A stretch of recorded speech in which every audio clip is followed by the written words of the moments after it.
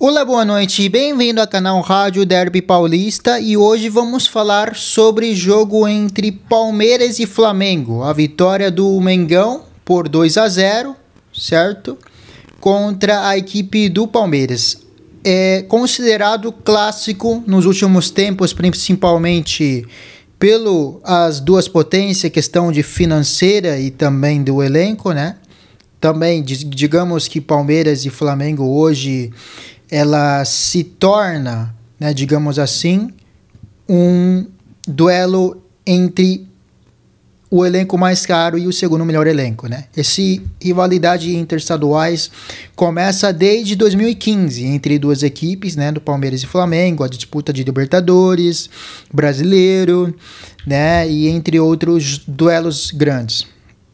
Então, o Palmeiras não vence do Flamengo desde 2017, né? Palmeiras tem, embora eu tô falando de Campeonato Brasileiro, certo? Não tô falando de Copa Libertadores, nem do Copa do Brasil, né? O Palmeiras não vence o Flamengo pelo Campeonato Brasileiro desde 2017, né? Campeonato Brasileiro, embora o Palmeiras tenha vencido o Libertadores na final, com erro do Andréas e grande, definição do Daverson, né? E Recopa 2023, em qual o Palmeiras venceu por 4-3, jogaço, né? Trouxe grandes duelos entre duas equipes. E Copa do Brasil, ano passado, o Palmeiras venceu 1-0 no Allianz, né? Com definição do Flaco Lopes, mas o Palmeiras venceu naquele jogo ano passado pela Copa do Brasil. Então, pelo Campeonato Brasileiro, ainda não tenha vencido há muitos anos mais grandes duelos de mata-mata, Palmeiras foi melhor. Feliz. Libertadores, Recopa, entre outras definições, certo? Bom, os gols pelo Mengão foram feitos pelo Arrascaeta e pelo Ayrton Lucas, né? Vamos falar da escalação do Palmeiras, né? O Everton, Giai, fez grande jogo, né? Gustavo Gomes, Murilo, Mike, né? No meio campo, Lucas Evangelista, né? Emiliano Martinez e Facundo Torres. Pelo lado lateral esquerdo temos o Piquerez, né? E mais para frente temos o Estevão e Vitor Roque, né? O Abel Ferreira não estava, porque estava suspenso, né? Por ter sido expulso. Cumpriu suspensão no jogo passado contra a Red Bull e agora contra o Flamengo.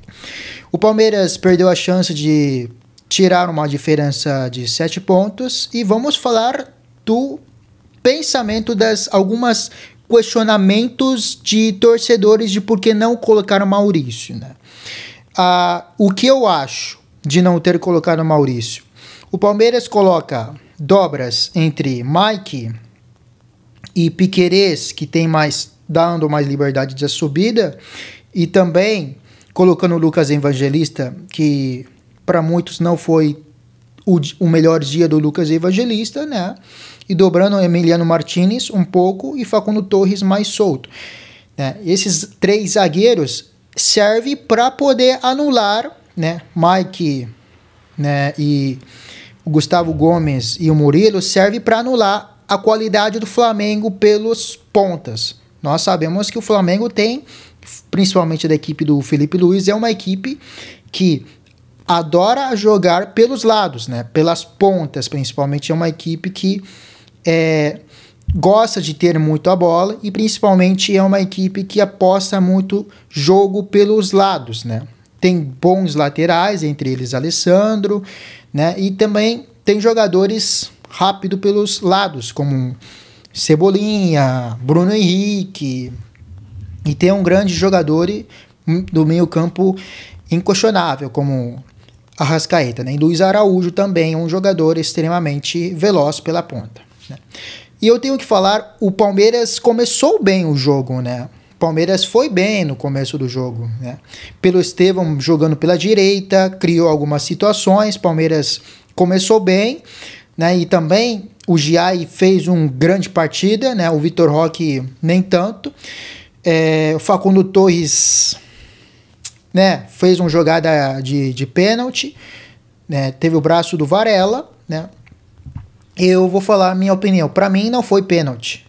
Nem do Palmeiras e nem do Flamengo. Os dois não foram pênalti. Do Varela, eu acredito que tenha sido... Eu tinha muitas dúvidas. Tem braço, inquestionável que teve braço, né? Mas a posição, se era fora da área ou dentro, a imagem não dá uma esclarecida, né? E vale ressaltar, o Palmeiras errou 4 pênaltis, né? E das pênaltis que falhou, foi decisiva, jogos decisivos, e que interferiu no resultado final, né? Clássico contra a maior rival. No pênalti do Estevão, né, o que o Hugo pega, e acredito foi o mesmo canto que teve a batida do Piquerez, né?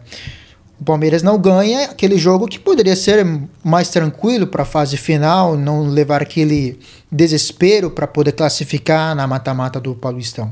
Final do Campeonato Paulista, né, que aconteceu a batida do Veiga. Veiga era um grande batedor, né? E inclusive acabou cedendo para o Piquerez. Claro, o Veiga já não estava em campo, né? Não sabemos quem vai ser batedor oficial, né? Bateu no mesmo canto do que bateu o Veiga no final do Paulista contra o maior rival, né? O Piquerez. Né? O chute, a qual o Hugo defendeu o Rossi, e também não dá para tirar mérito do Rossi, né?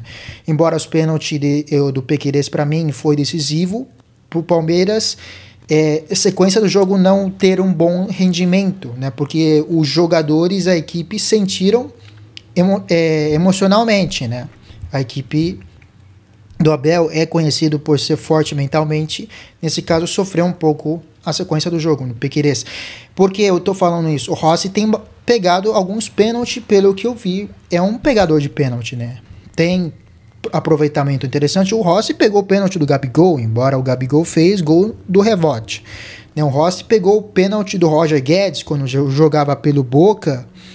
O Roger Guedes estava no Corinthians, né? Bateu aquele pênalti, o Rossi defendeu. O Rossi é um grande pegador do pênalti, né? Então, assim, o Palmeiras teve essa ideia de mais controlar o jogo do Flamengo, né? Embora o resultado final do Flamengo foi muito bom, né? Na minha opinião, não teve um domínio total. É um jogo para empate, né? Como nos outros jogos do Allianz Parque, nos últimos 2-3 anos, o jogo entre Palmeiras e Flamengo, empate, truncado, né? Duas equipes de não querer propor jogo. O Felipe Luiz hoje mudou sua forma de jogar, né? Abdicou de jogar como acostumava, de jogar bonito, né? Para poder controlar os avanços do Palmeiras, né? Porque Palmeiras é uma equipe extremamente rápido e uma equipe que joga muito direto e quando tem espaço pode acabar com o jogo, né? Então o Flamengo tentou controlar isso. Uma interessante de dobra, né? O Cebolinha, que foi no segundo tempo, né? Tanto no primeiro tempo, a dobra de Alessandro e do Michael de marcar o Estevão, né? O Estevão não conseguiu jogar como ele gostaria, não teve espaço suficiente com a dobra depois que Michel entra no lugar do Cebolinha, e também Cebolinha ajudava, mas dobrar essa marcação em cima do Estevão, além de outros jogadores tentando dobrar o avanço, né? A gente sabe, eu falo aqui, embora eu receba muitas críticas, eu falo que depois do Neymar, o Estevão é um grande talento, em termos de dribles, em termos de habilidade, né? Quando surgiu. Porque o Vinícius Júnior surge no Flamengo, ele não tem a se destacar de ser, esse seria um novo Neymar, né? E havia um questionamento grande, dúvidas, né? O Rodrigo também, né? Não, o Estevão tem números muito bons ao 17 anos, certo? O Estevão tem números interessantes e ao 17 anos ele tem resolvido grandes jogos, como resolveu contra a Ceará, né? Embora nos jogos grandes ele sente dificuldade, ele é garoto, tem 17 anos, mas ele mostra